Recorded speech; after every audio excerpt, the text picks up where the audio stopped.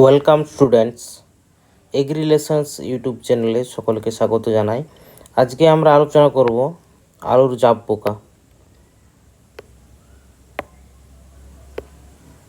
আলুর জাব পোকা আলুর একটি অন্যতম পোকার মধ্যে পড়ে, যেটা আমাদের ফসলের কিন্তু প্রচুর ক্ষতি করে।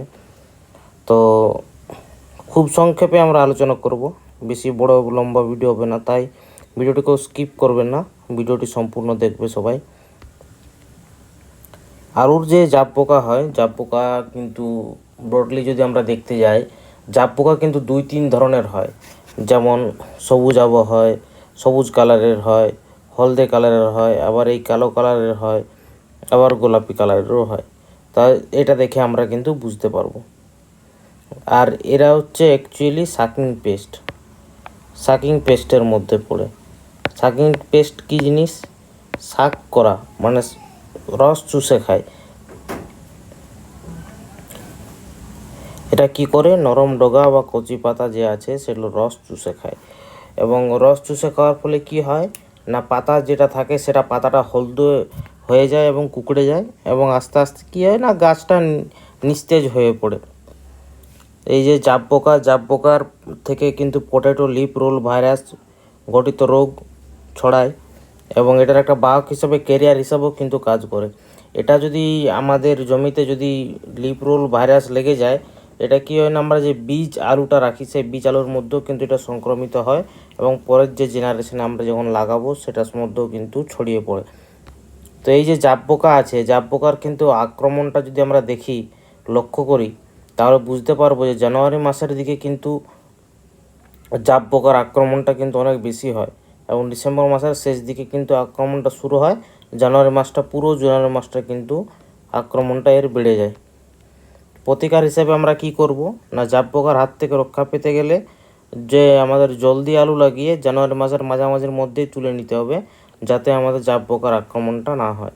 এই যে জাব পোকা দেখছো, জাব পোকা পাতার তলাতে এইভাবে থাকে, এবং জাব পোকা আক্রমণের জন্য পাতা কুকড়ে এইভাবে হলুদ কালার হয়ে যায়, এবং আস্তে আস্তে গাছটা নিস্তেজ হয়ে পড়ে। তো যে জাব পোকা আছে, জাব পোকার মেন আশ্রয়দাতা হচ্ছে শেল্টার, যেটা হচ্ছে সেটা হচ্ছে আগাছা। আলুর জমিতে আমাদের সবসময় আগাছা মুক্ত রাখতে হবে, যাতে জাব পোকার আক্রমণ না হয়।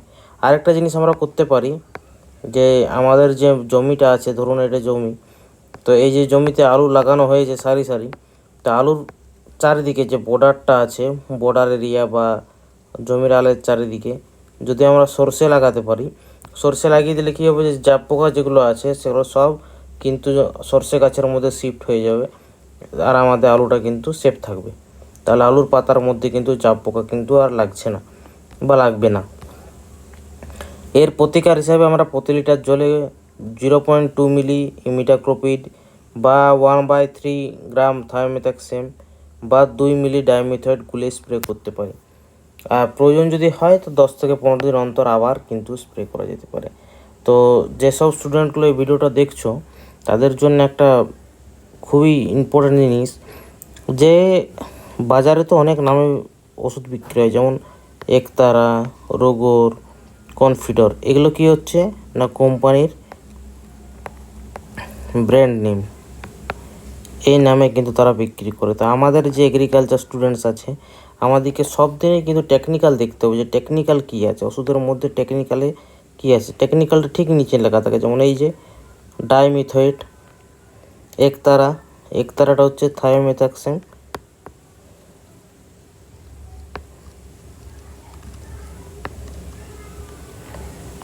আর কনফিডরটা হচ্ছে ইমিডাক্লোপিড।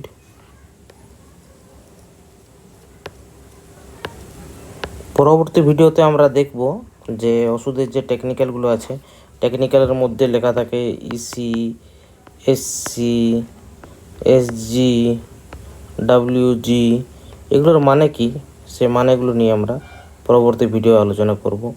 আজকের জন্য এতটাই। ভিডিওটি ভালো লাগলে অবশ্যই চ্যানেলটি সাবস্ক্রাইব করো, পাশে থাকা বেল আইকন প্রেস করে দিও, যাতে পরবর্তী সময় আমরা আরও স্টুডেন্টদের জন্য বিনামূল্যে ফ্রিতে এডুকেশনাল ভিডিও নিয়ে আসতে পারি। ধন্যবাদ।